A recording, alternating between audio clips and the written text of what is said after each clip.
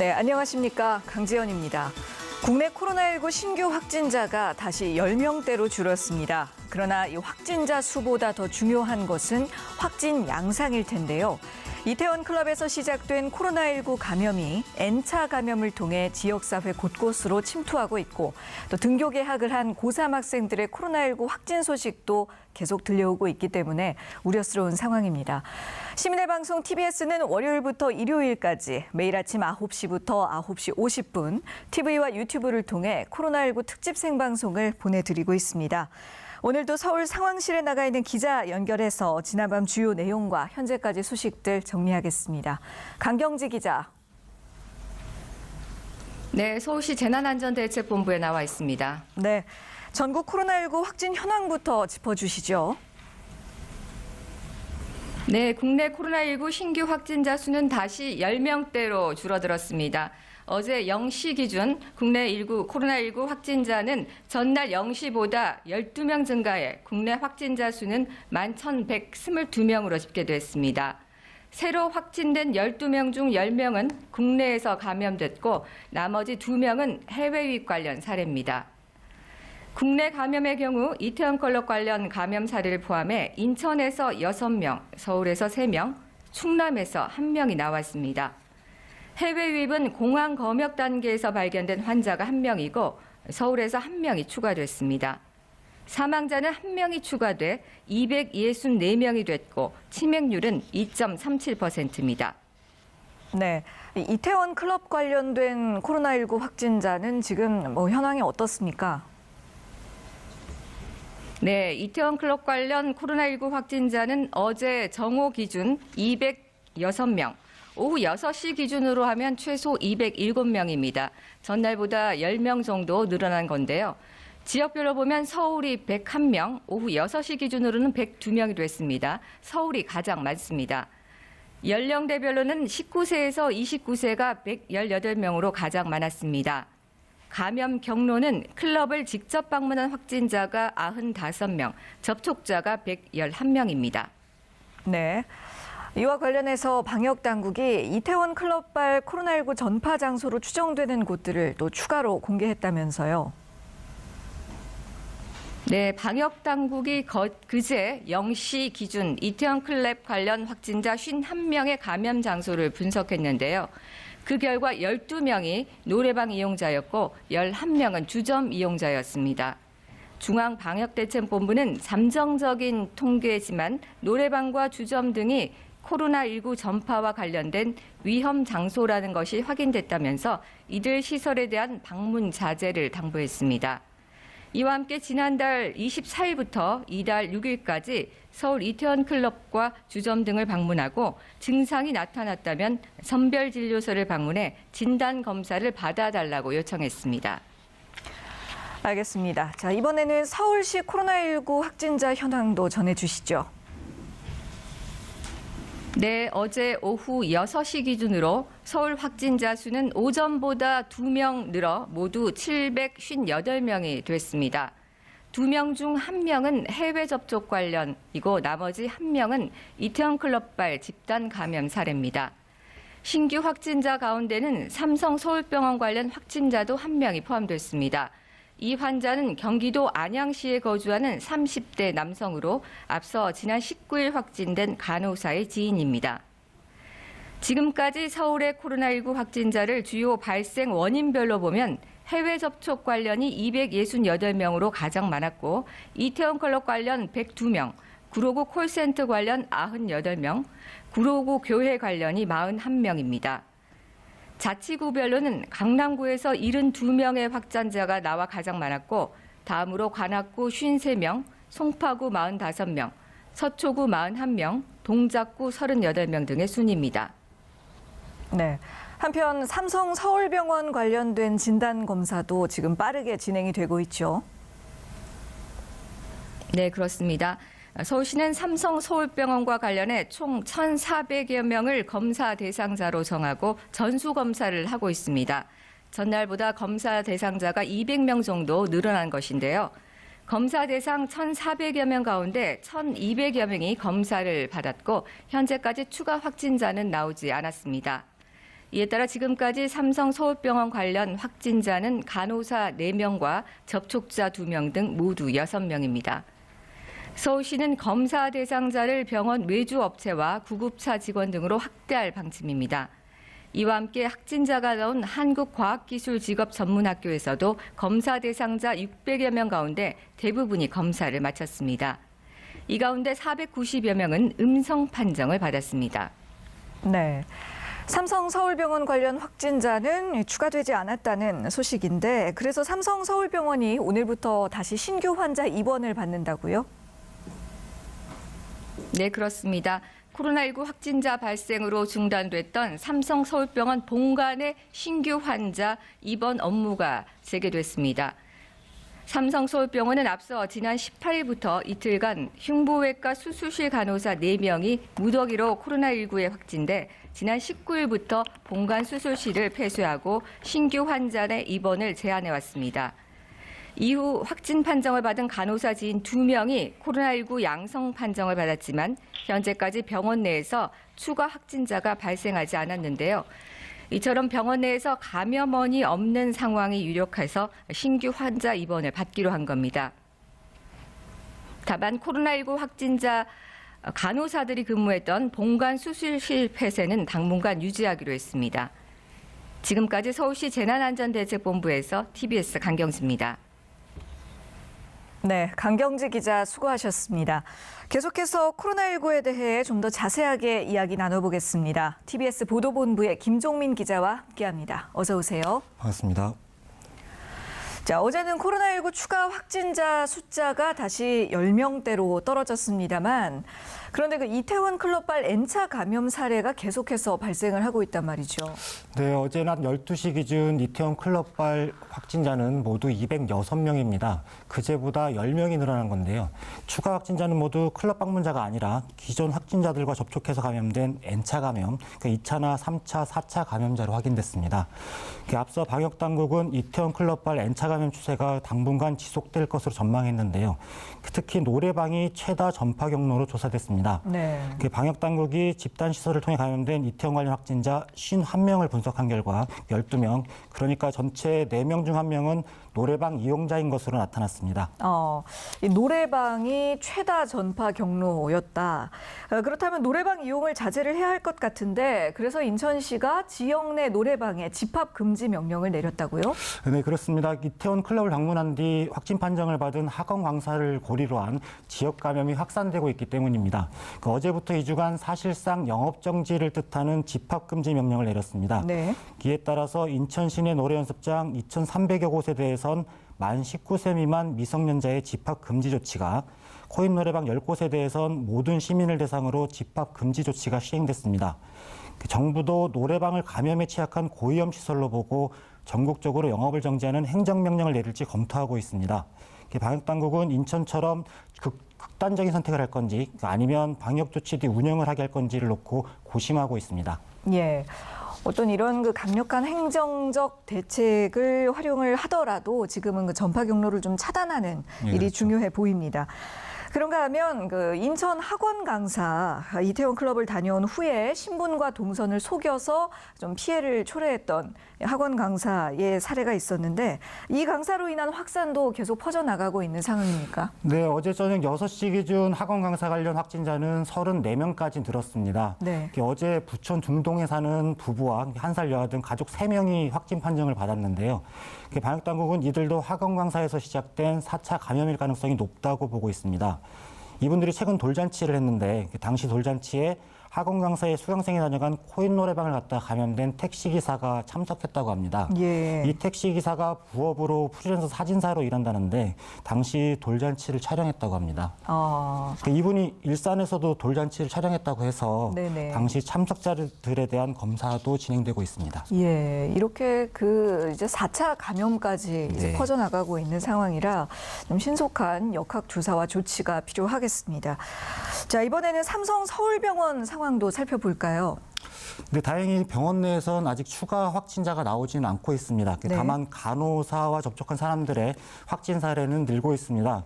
이들은 먼저 확진 판정을 받은 간호사와 함께 지난 9일 밤 강남역 인근 주점과 노래방을 이용한 사람들입니다. 노래방이 다시 등장하는데요. 그러게요. 당시 6명이 함께 있었고 현재까지 간호사를 포함해서 3명이 확진 판정을 받았습니다. 네. 방역당국은 이 모임을 통해서 코로나19가 병원으로 전파됐을 가능성에 무게를 두고 역학조사를 진행하고 있습니다. 네, 그렇군요. 그런가 하면 또 정부가 코로나19와 증상과 확산 시기가 유사한 독감에 대한 예방접종을 확대하겠다.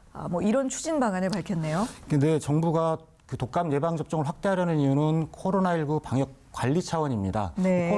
독감이 코로나19와 증세가 비슷하다 보니까 환자가 독감 환자인지 코로나19 환자인지 구분할 수 없는 일이 생길 수도 있다는 겁니다. 네네. 그래서 방역당국은 중학교 2학년부터 고등학교 3학년, 또 60세에서 64세 어르신은 반드시 독감 예방접종을 받도록 관계기관과 협의하고 있습니다. 예. 지금은 만 65세 이상 어르신, 생후 6개월부터 만 12세 어린이, 임산부 등을 대상으로만 국가 예방접종 지원 사업을 운영하고 있는데요. 네. 지금 정부 방침대로라면 접종 지원 대상이 대략 590만 명 정도 늘어납니다. 그 예산이 문제인데 향후 추진 상황을 지켜봐야 될 것 같습니다. 네. 또 자가격리를 위반한 외국인이 처음으로 구속됐다는 뉴스도 있네요. 네, 그 자가격리 조치를 어기고 여러 차례 주거지를 이탈한 20대 일본인 남성이 어제 구속 수감됐습니다. 그러니까 지난달 2일 취업 비자로 국내 입국해서 서대문구에 머물고 있었는데요.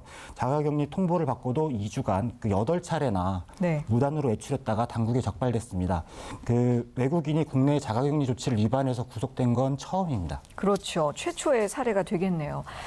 자, 계속해서 그 등교 개학 이야기로 넘어가도록 하겠습니다. 어제가 고3 학생들의 등교 개학 첫날이었는데 첫날부터 혼란이 좀 다소 많았습니다. 어제는 대구의 한 고등학교가 폐쇄됐다고요? 네, 그 어제가 이틀째였죠. 아, 이틀째였죠. 그 고등학교 고3 예. 등교 이틀째인 어제 대구에서 한 고등학교에서 감염자가 나와서 이 학교가 폐쇄됐습니다. 네. 그 감염 사실이 확인된 건 그 1교시 시작 전인데요. 그 코로나19 확산이 거셌던 지역이잖아요, 대구가. 그랬던 걸 감안해서 등교 전 19일 날 미리 검사를 받았는데 어제 아침에 양성 판정이 났다고 통보가 된 겁니다. 네네. 하지만 해당 학생은 19일부터 학교 기숙사에서 생활을 했고 수업에도 이틀간 참여를 했죠. 예. 결국 학교는 폐쇄됐고 감염 학생을 포함해서 기숙사에 있던 학생들은 격리가 됐습니다. 그리고 그제 개학 첫날 수업이 중단된 인천 지역 66개 학교 학생들은 어제 온라인으로 학력 평가를 치렀지 않습니까? 네. 방역당국은 확진 학생이 방문한 체육시설 등의 조사 결과를 바탕으로 해서 오늘 오후 등교 재개 여부를 발표할 예정입니다. 예. 다시 한번 그 조금 전에 전해드린 내용을 좀 정정을 해드리자면 이번 주 수요일 그러니까 그제가 그렇죠. 고3 학생들의 등교 개학 첫날이었는데 그 첫날부터 경기도와 인천에서 조금 어떤 변수가 발생을 했고 그리고 어제 둘째 날인 어제는 이제 대구의 고등학교에서 확진자가 발생한 사건이 나왔습니다. 상황이 이런데도 교육당국은 다음 주로 예정됐던 초중 고등학교의 순차적인 등교를 계획대로 추진한다는 입장입니다. 네, 그렇습니다. 그 교육부 박백범 차관은 어제 세종청사에서 열린 그 출입기자단 브리핑에서 이런 네. 방침을 재확인했는데요. 또 등교 수업이 미뤄지면서 개수생과 고3 수험생 간 수능 형평성 문제도 제기됐지 않습니까? 그 일부 고교의 등교 중지 사태도 빚어져서 고3 사이에서도 수능 준비에 대한 형평성 문제가 제기됐는데요. 네. 박 차관은 이에 대해서도 대학 입시 일정과 원칙에는 변함이 없다고 밝혔습니다. 아, 그렇군요. 학생과 학부모들의 우려가 이만저만이 아닐 텐데요. 그런데 또 학생들도 개학 연기와 등교를 결정한 과정에 대해서 지금 불만을 많이들 토로하고 있다던데. 네, 이게 불만이라면 이제 불만이겠습니다. 예. 유니세프 한국위원회에서 지난 4월 10일부터 5월 10일까지 한 달간 전국의 6세 이상 18세 미만 아동과 청소년 900여 명을 대상으로 이제 온라인 설문조사를 한 결과를 어제 발표했는데요. 네. 결론부터 말씀드리자면 코로나19 관련 정부 대응 방침에는 그 대응 방침에 대한 평가는 상당히 긍정적이었습니다.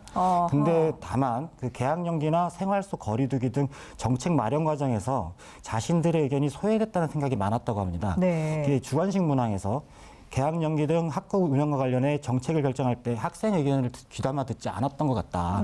또 온라인 개학의 장단점에 대한 학생들의 의견을 듣는 장치가 있었으면 좋겠다고 답변하는 등 개학 연기에 대한 지적이 다수 있었다고 합니다. 예, 그러게요. 그 뭐 당국 입장에서만 어떤 방향을 결정할 것이 아니라 실제로 등교를 하게 될 뭐 학생들과 학부모들 의견을 조금 더 들어보고 참작하는 자리가 있었다면 어떨까 하는 그런 아쉬움도 남는데, 그런데 다른 나라의 사례를 보자면 대만이라던가 뭐 베트남, 중국 같은 나라들은 이미 개학을 했거든요. 이 나라들에서는 별다른 문제가 없었는지요? 말씀하신 아시아권 국가 외에도 유럽 학교들도 속속 개학을 하고 있습니다. 네. 그런데 개학 직후 인천이나 대구처럼 다시 학교 문을 닫는 경우가 발생하고 불안한 모습이 이어지고 있습니다. 네. 기자 리포터 한번 보시죠. 아시아에서 방역 모범 국가 중 하나로 꼽히는 대만은 지난 2월 말부터 일찌감치 개학했는데 한 달이 넘게 지역 발생 신규 확진자는 나오지 않고 있습니다. 석 달간 휴교령을 내렸던 베트남도 한 달 동안 신규 확진자가 나오지 않자 이달 초부터 단계적으로 등교를 시작했고, 중국도 지난달 말 고3부터 순차 등교를 진행했습니다. 고학년부터 개학을 시행한 아시아 국가들과는 달리 프랑스, 독일, 덴마크, 네덜란드 등 유럽 국가들은 저학년의 등교를 먼저 허용했습니다. 학교가 돌봄과 교육을 제공받을 수 있는 안전한 장소로 보기 때문입니다. 독일은 학급당 학생 수를 반으로 줄였고, 덴마크는 공원 등 야외 수업 위주로 진행하고 있습니다. 그러나 코로나19 위험이 완전히 사라지지 않은 상황에서 감염병 확산 우려는 여전합니다.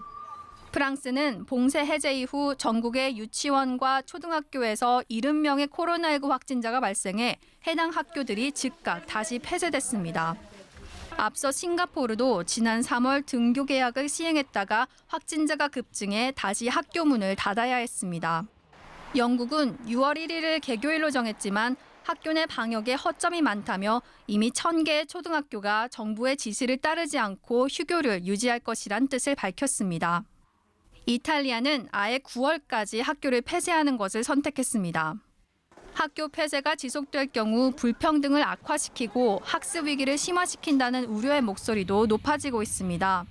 유네스코는 학교 휴업이 장기화될 경우 특히 경제적으로 취약한 계층의 학생들이 큰 타격을 입게 될 것이라는 것을 강조했습니다. TBS 손정인입니다. 네, 국가들마다 상황이 굉장히 다르군요. 뭐 개학 이후에도 잘 해나가고 있는 나라도 있는 반면에 등교 개학에 대해서 굉장히 보수적으로 접근하고 있는 국가들도 있는데, 우리도 우리 상황에 따라서 다른 나라들의 사례들을 좀 참고할 부분은 잘 참고를 하고 방역에 적용을 해야겠습니다. 주변국 상황들 좀 더 살펴보도록 할게요. 일본은 일부 광역자치단체에 대한 긴급사태 선언을 해제했다죠. 네, 일본은 예고됐던 대로 오사카 등 간사이 지역 3개 광역자치단체의 긴급사태를 해제했습니다. 네. 도쿄 등 수도권과 홋카이도의 긴급사태는 유지됐는데요. 다음 달에는 해제될 걸로 예상되고 있습니다. 네. 중국은 최고 의사결정기구이자 우리나라로 치면 국회격인 양회를 어제 시작했지 않습니까? 네. 중국은 이번 양회에서 전염병 발생을 실시간으로 파악하고 잠재적인 생물학전에도 대비할 수 있는 인공지능 기반의 감시 시스템을 구축하는 방안을 논의할 예정입니다. 그렇군요. 이런 가운데 우리 정부는 전 세계를 대상으로 발령한 특별 여행주의보를 다음 달 19일까지 다시 연장했습니다. 네. 각국의 코로나19 감염세가 여전한 데다가 해외 유입 환자가 증가하는 게 영향을 미쳤습니다. 어제 이미 전해드렸지만 전 세계 코로나19 감염자 수는 500만 명, 사망자 수는 32만 명을 넘어섰습니다. 네, 특별여행주의보, 우리나라의 특별여행주의보가 다음 달 19일까지 재연장이 됐다는 말씀이신 거죠. 자, 다시 국내 이야기로 돌아와서 이번에는 경제 분야를 좀 살펴보겠습니다. 코로나19 여파로 1분기 가계 소비 지출이 역대 최대 폭으로 하락했다는 소식이 있습니다. 네, 그렇습니다. 교육과 외식 쪽 씀씀이가 줄어들면서 올해 1분기 가계 지출이 역대 최대 폭으로 줄었습니다. 네네. 통계청이 발표한 1분기 가계동향 조사 결과를 보면 평균 가계 지출이 394만 5천 원인데 네. 작년 1분기보다 4.9% 감소했습니다. 이는 관련 통계를 작성하기 시작한 2003년 이후에 가장 큰 감소폭이라고 합니다. 네. 소비 위축 정도는 저소득층이 더 심했습니다. 소득 하위 20% 가구는 10%나 소비를 줄였는데요. 네. 상위 20% 가구는 3.3% 줄이는 데 그쳤습니다.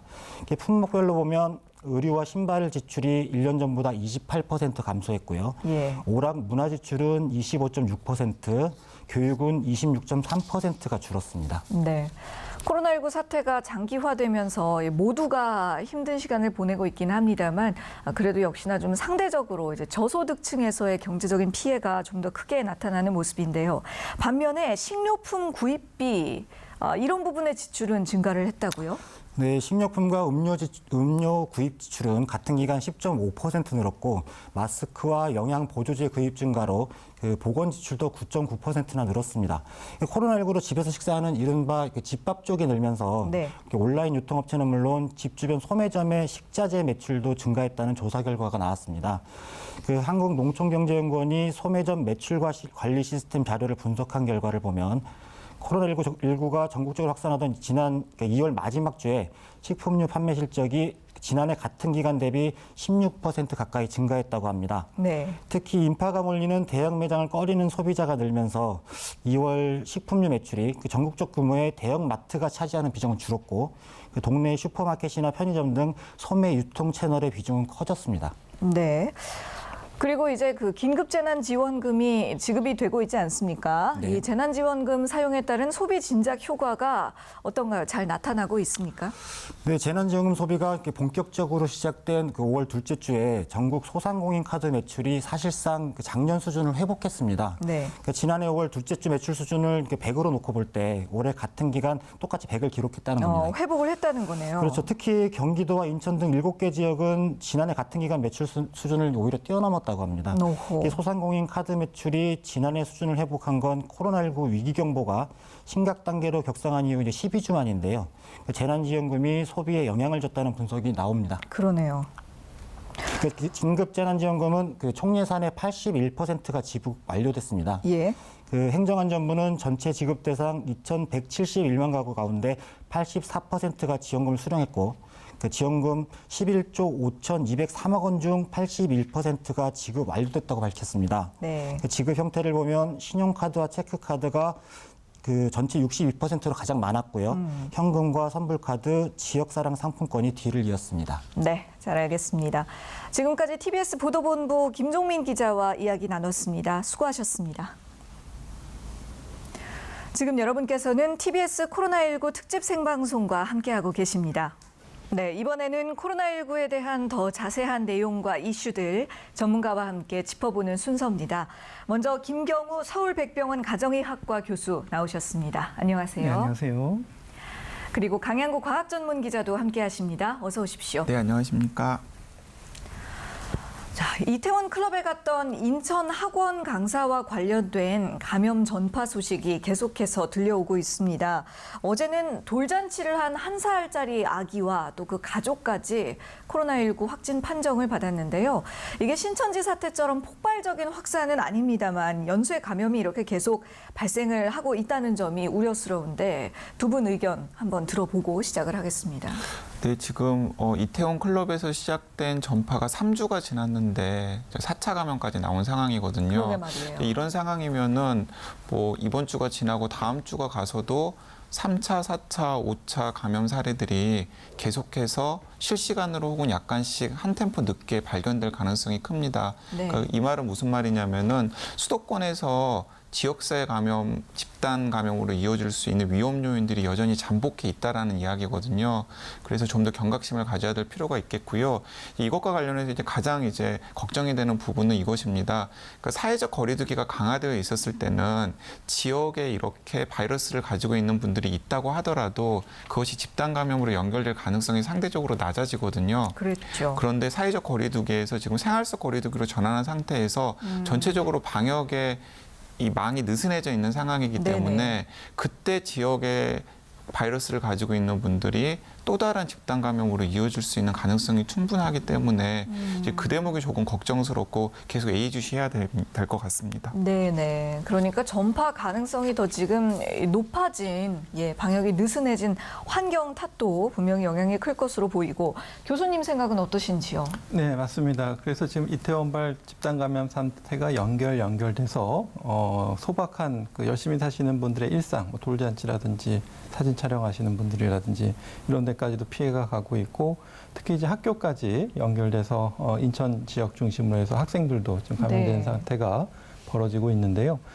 지금 이 학교 방역은 단순히 학교에서만 방역하는 것이 아니라 우리 아이는 모두의 아이라는 생각을 가지고 전 국민이 다 함께 지역사회에서 이런 방역에 사회적 거리두기에 동참하시면서 학교로의 감염 전파를 다 같이 좀 참여하는 것이 좀 필요한 시점이라고 할 수 있겠습니다. 예, 특히 이 이태원 클럽발 코로나19 전파 경로에서 가장 주목해봐야 할 장소 중에 하나가 앞서서 TBS 김종민 기자도 짚어주셨습니다만 바로 노래방입니다. 이 노래방이 삼성 서울병원 확진자 동선에서도 또 등장을 하게 되는 장소인데요. 노래방에 대한 어떤 방역 당국의 관리 감독이라던가 어떤 지침이 부족했던 건 아닌지 이 부분에 좀 아쉬움이 있거든요. 네, 아쉬움이 있습니다. 이 대목에서 그 한 가지 좀 강조하고 싶은 대목이 있는데요. 지금까지 방역 당국이나 혹은 많은 방역 전문가들이 비말 전파를 강조를 하면서 많은 시민들이 자발적으로 마스크 착용에 동참을 하고 계시거든요. 네. 그런데 마스크 착용 이전에 오히려 더 이 코로나19와 같은 바이러스 전파를 차단하는 데 효과가 더 있는 것은 손 씻기입니다.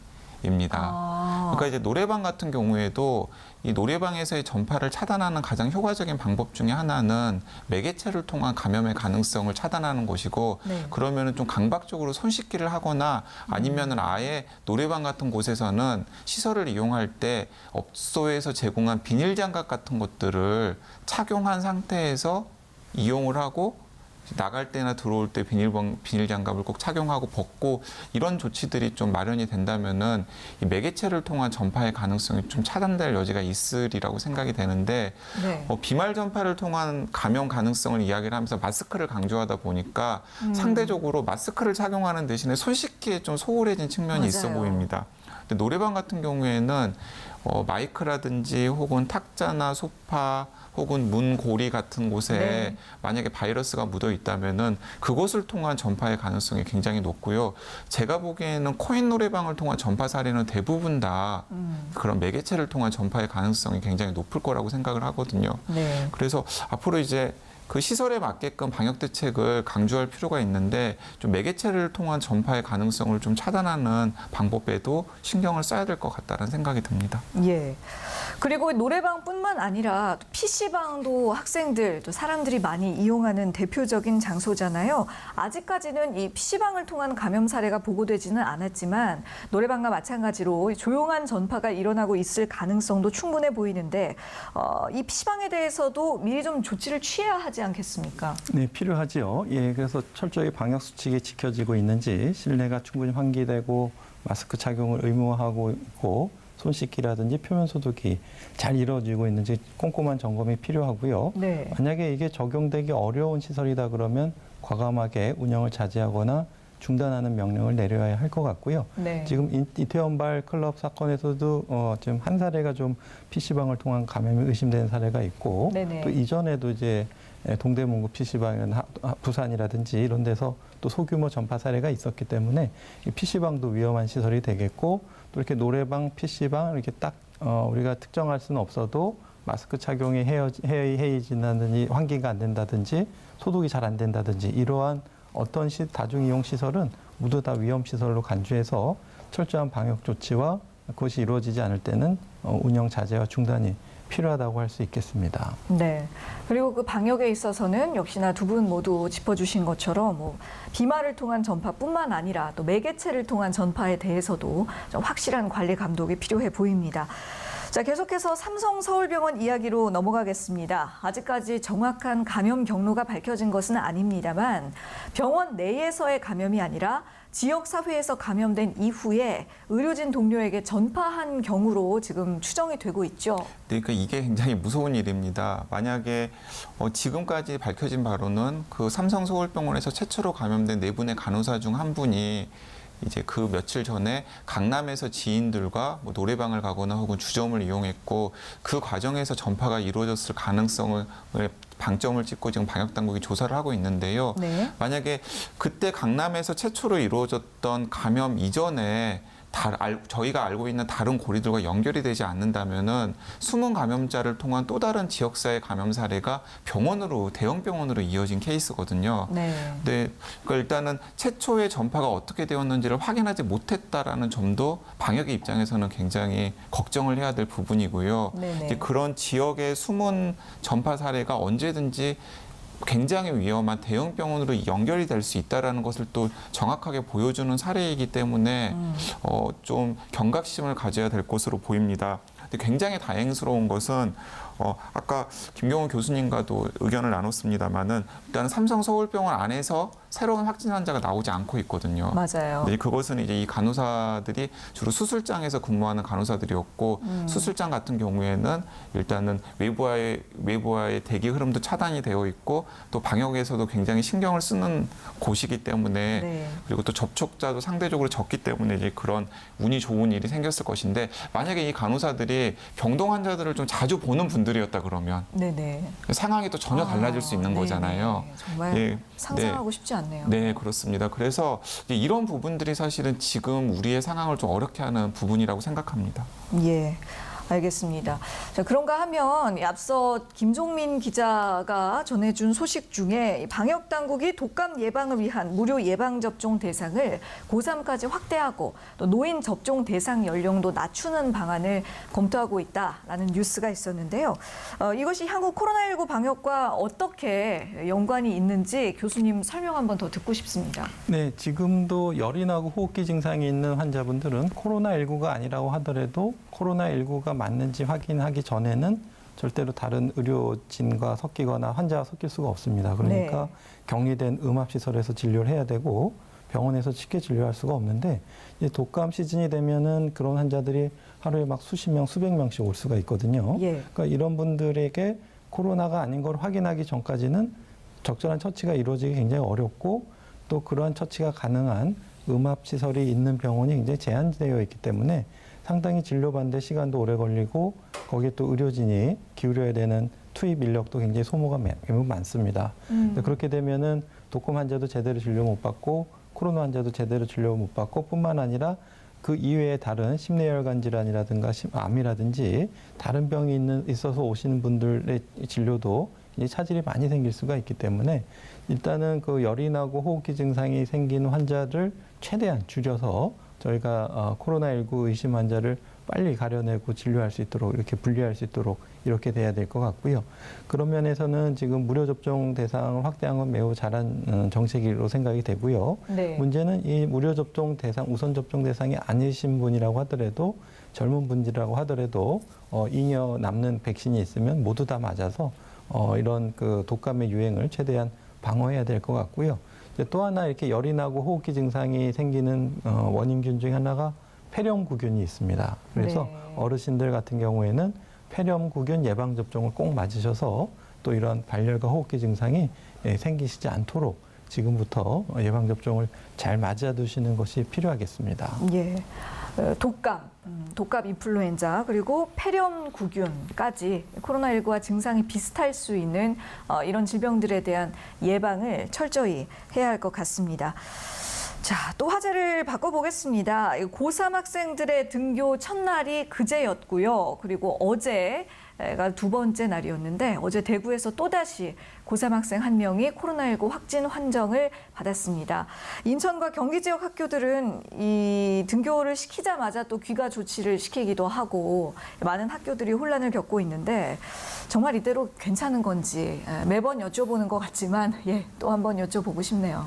네, 이제 저는 처음부터 등교 계약이 약간 단계적으로 이루어져야지 이런 식으로 뭐 5월 안 혹은 6월 초까지 전학년을 등교시키는 것은 상당히 비판적이었었고요. 예, 그러셨죠. 그리고 또 고3 등교를 이번 주에 강행하는 것도 맞는 조치였는지에 대해서 여전히 의구심이 있습니다. 네. 근데 어쨌든 간에 이제 등교를 했으니까 최대한 학교에서 사고가 나지 않도록 뭐 저희들이 여러 가지 신경을 써야 될 것으로 보이는데 근데 이제 상황이 그렇게 좋지는 않아 보입니다. 그러니까 첫날 이미 뭐 인천의 일부 학교들 그리고 경기도 안성의 일부 학교들이 폐쇄가 되었었고 네. 그리고 또 어제는 또 대구에서 고3 확진 환자가 한 명 생겨가지고 네. 지금 단체로 지금 검사를 하고 있는 중 아닙니까? 맞습니다. 이제 다행히 새로운 확진자가 나오지 않으면 다행인데 만약에 고3 교실에서 새로운 확진자들이 나오게 된다 그러면 이제 대구 상황도 굉장히 안 좋아지는 상황이 될 텐데요. 네. 그러니까 이제 이런 일들이 앞으로도 이제 계속해서 반복될 텐데 진짜 그 걱정이 되는 시나리오는 이런 시나리오입니다. 지금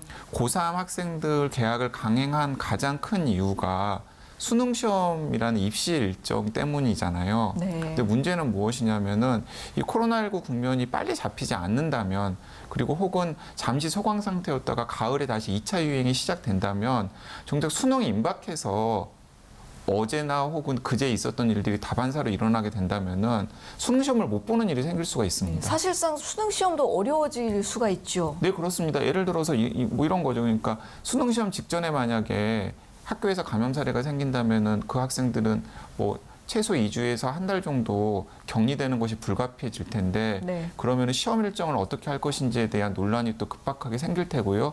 그러면 아이들을 뭐 집집마다 이렇게 집에서 시험을 보게 하는 초유의 사태가 생긴다든지 그런 식으로 시험을 보게 하더라도 사실은 정상적인 시험 일정이 진행될 리가 없잖아요. 네, 형평성 논란이 엄청나게 네, 일겠죠. 그렇습니다. 그러니까 그래서 그 포항에서 지진이 났을 때 그 지진 때문에 수능 시험이 일주일 연기된 적이 있었지 않습니까? 네. 근데 이제 그런과 같은 굉장히 혼란스럽고 불확실한 일들이 계속해서 생길 수 있는 일들이 생기기 때문에 좀 더 이제 근원적인 그리고 장기적인 플랜을 좀 가지고 있어야 되지 않느냐라는 게 많은 방역 전문가들의 조언이었었는데 네. 일단 교육 당국은 지금 정해놓은 수능 시험 일정에 굉장히 목을 메고 계시는 것 같아요. 그런데 자칫 잘못하면은 그 일정 전체가 어그러질 수 있다. 네, 그래서 네. 훨씬 더 많은 분들에게 피해를 갈 수 있다라는 것을 조금 염두에 두시면 좋겠습니다. 네. 그렇습니다. 사실 이 등교 개학을 시작하는 것으로 끝이 아니잖아요. 이제 앞으로 향후 일정을 어떻게 진행해 나가는지가 어찌 보면 더 중요한 부분일 수 있는데 그런 부분에서 이 교육 당국과 그리고 또 현장의 목소리를 함께 담은 고민이 필요하겠습니다. 그래서 이 학교 현장의 목소리가 더 중요한 것일 텐데요. 선생님들은 우려했던 대로 학생들 관리 감독이 상당히 어렵다는 부분을 호소하고 있고 또 학생들이 느끼는 불안감과 부담감도 상당하거든요. 어떤 추가적인 지원과 대책이 필요할 것으로 보이는데요. 네, 그렇습니다. 지금 물론 병원에서도 그렇지만 이제 학생들이 올 때 감염 의심자를 선별하는 과정도 굉장히 혼란스러울 수가 있고요. 예. 그다음에 말씀하신 것처럼 선생님이 교육에만 신경 쓰셔야 되는데 그럼 보건까지 신경 쓰셔야 되고 보건교사 한 명으로는 또 감당하기 어려운 부분이 있겠고요.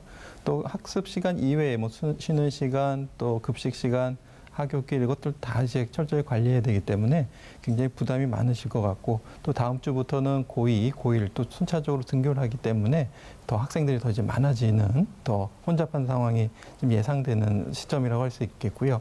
아무래도 지원을 하게 된다면은 인력 지원, 특히 네. 이제 학생들을 관리하고 보건을 관리하실 수 있는 분들 지원이 좀 필요할 것 같고 학생 지원 같은 경우는 소방청하고 협의돼서 이제 119를 통해서 이송을 한다든지 또 지자체와 협의해서 지역 공동체 협의를 받는다든지 이러한 지원이 또 필요할 것 같고요. 무엇보다도 이제 말씀하신 것처럼 이제 본의 아니게 감염이 되고 또 자가격리가 된 학생들의 어떤 학습권에 대해서는 유일한 대안이 지금 온라인 수업하고 방송 수업의 양질의 콘텐츠를 제공하고 온라인 수업을 동등하게 더 좋게 받을 수 있게 해주지 않으면은 이렇게 학습권이 박탈된 학생들이 어떤 상황 때문에 내가 입시를 못 봤다, 입시에 손해가 있었다 이렇게 할 수가 있기 때문에 일단은 그 철저한 온라인 수업을 양질로 할 수 있도록 그 질을 높이는데 지원이 좀 필요할 것 같고요. 그리고 이제 무엇보다도 이제 발생된 확진자 학생에 대한 어떤 비난이나 차별 또 쟤 때문에 뭐 이런 생각을 하지 말고 다 누구나 걸릴 수 있는 거니까 다 같이 좀 협력을 해주고 이해해주고 다 같이 함께 안아줄 수 있는 수고했다라는 그런 격려의 시선이 또 필요한 시대라고 할 수 있겠습니다. 네, 맞는 말씀을 해주셨습니다. 특히나 이 고3 학생들의 안정적인 학교 생활이 더 중요한 이유가 뭐냐면 등교 개학의 성공 여부라는 것이 뭐랄까요? 그 생활 방역으로의 전환과 어떤 정착의 어떤 그 성공 여부를 보여주는 상징적인 일이 될 수가 있거든요. 강양구 기자님께서도 이런 표현을 자주 써 오셨잖아요. 네, 그렇습니다. 그러니까 이게 사실은 앞뒤가 안 맞는 거죠. 그러니까 생활 속 거리두기 생활 방역으로 전환을 했는데 아이들 학교를 안 보내는 건 맞지가 않는 거거든요. 네. 근데 그렇기 때문에 아이들 등교를 지금 이제 강행하는 건데 여러 가지 위험 부담을 안고서 근데 위험 부담을 안고서 강행한다라는 표현을 교육부 차관님 등등이 쓰셨단 말이에요. 근데 그 말은 무슨 말이냐면은 객관적으로 평가를 해보면은 지금 우리나라의 단계가 생활 속 거리두기 혹은 생활 방역으로 전환할 만한 단계가 아니었을 수도 있겠다라는 걸 또 방증하는 이야기이기 때문에 네네. 이제 그런 부분들에서 혼선이 있었고 근데 이미 이제 계약을 강행했기 때문에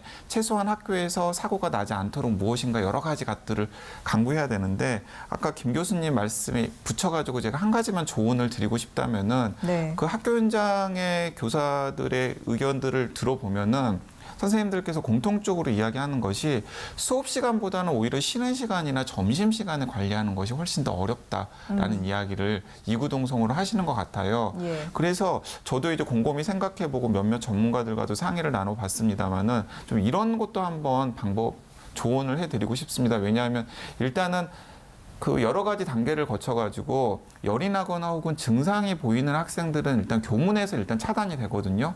그렇기 때문에 학교로 들어오는 아이들은 증상이 없는 아이들일 가능성이 굉장히 큽니다. 네. 근데 그렇다면은 사실은 수업 시간에 그 아이들이 기침을 하거나 혹은 이럴 가능성은 굉장히 낮아 보여요. 네네. 그래서 제가 생각하기에는 수업 시간에는 어차피 또 교사가 관리를 하겠고 주로 말을 하는 사람은 교사일 가능성이 크기 때문에 네. 수업 시간에 저는 아이들 마스크를 좀 벗게 하는 게 좋겠다. 음. 그러면 수업도 훨씬 더 원활하게 진행이 되고 그리고 수업 시간에 비말을 통한 전파의 가능성은 상대적으로 낮기 때문에 예. 저는 수업 시간에는 오히려 아이들 마스크를 좀 벗기고 교사 통제하에서 수업을 진행을 한 다음에 오히려 아이들끼리 이태원 클럽처럼 밀접하게 접촉을 하고 여기저기 다니면서 뭐 대화도 나누고 장난도 치고 이럴 때 마스크를 좀 꼭 착용할 수 있도록 예. 공고를 하는 게 훨씬 더 현실적인 방안이 아니겠느냐.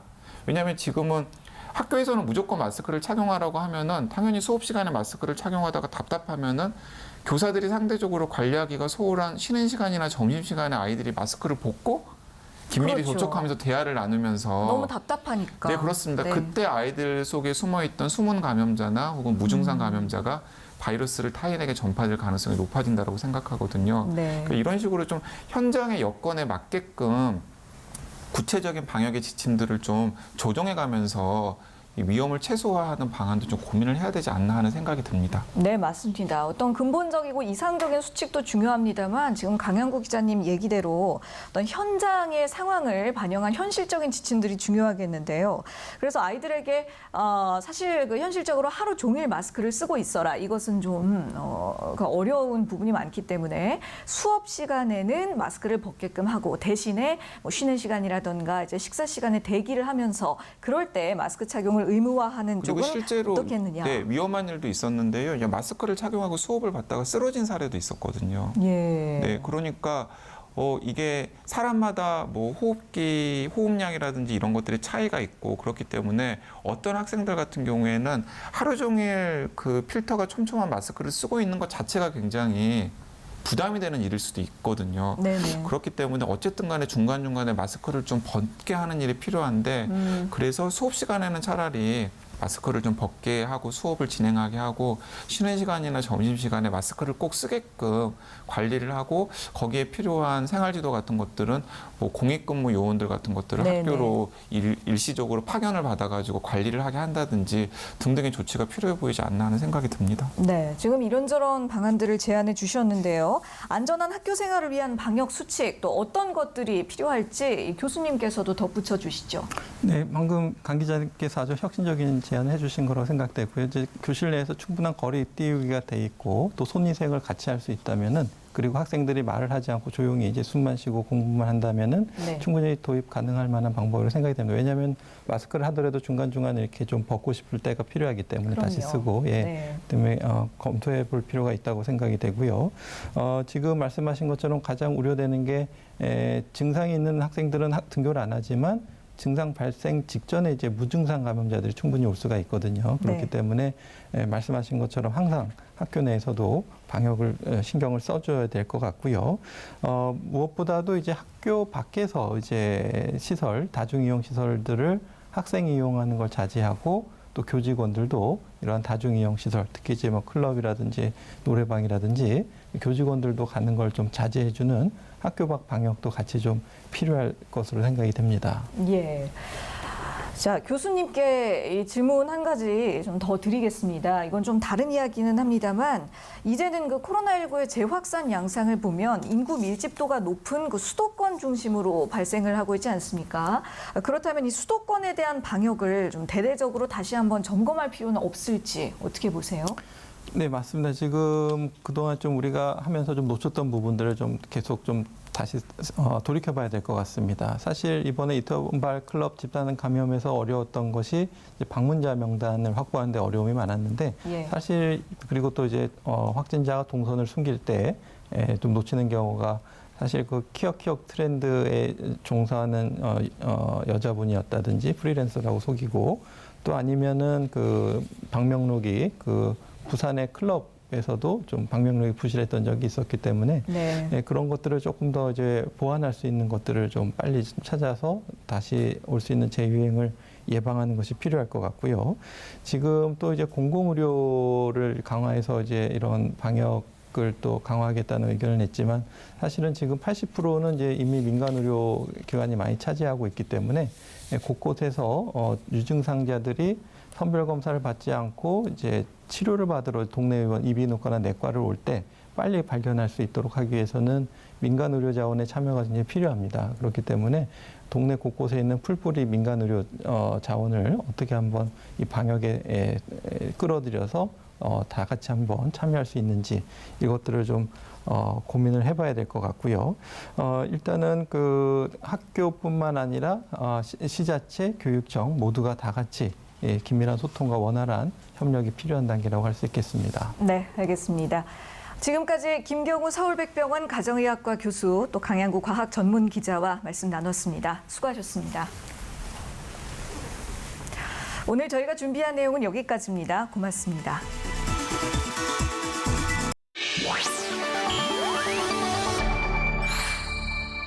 TBS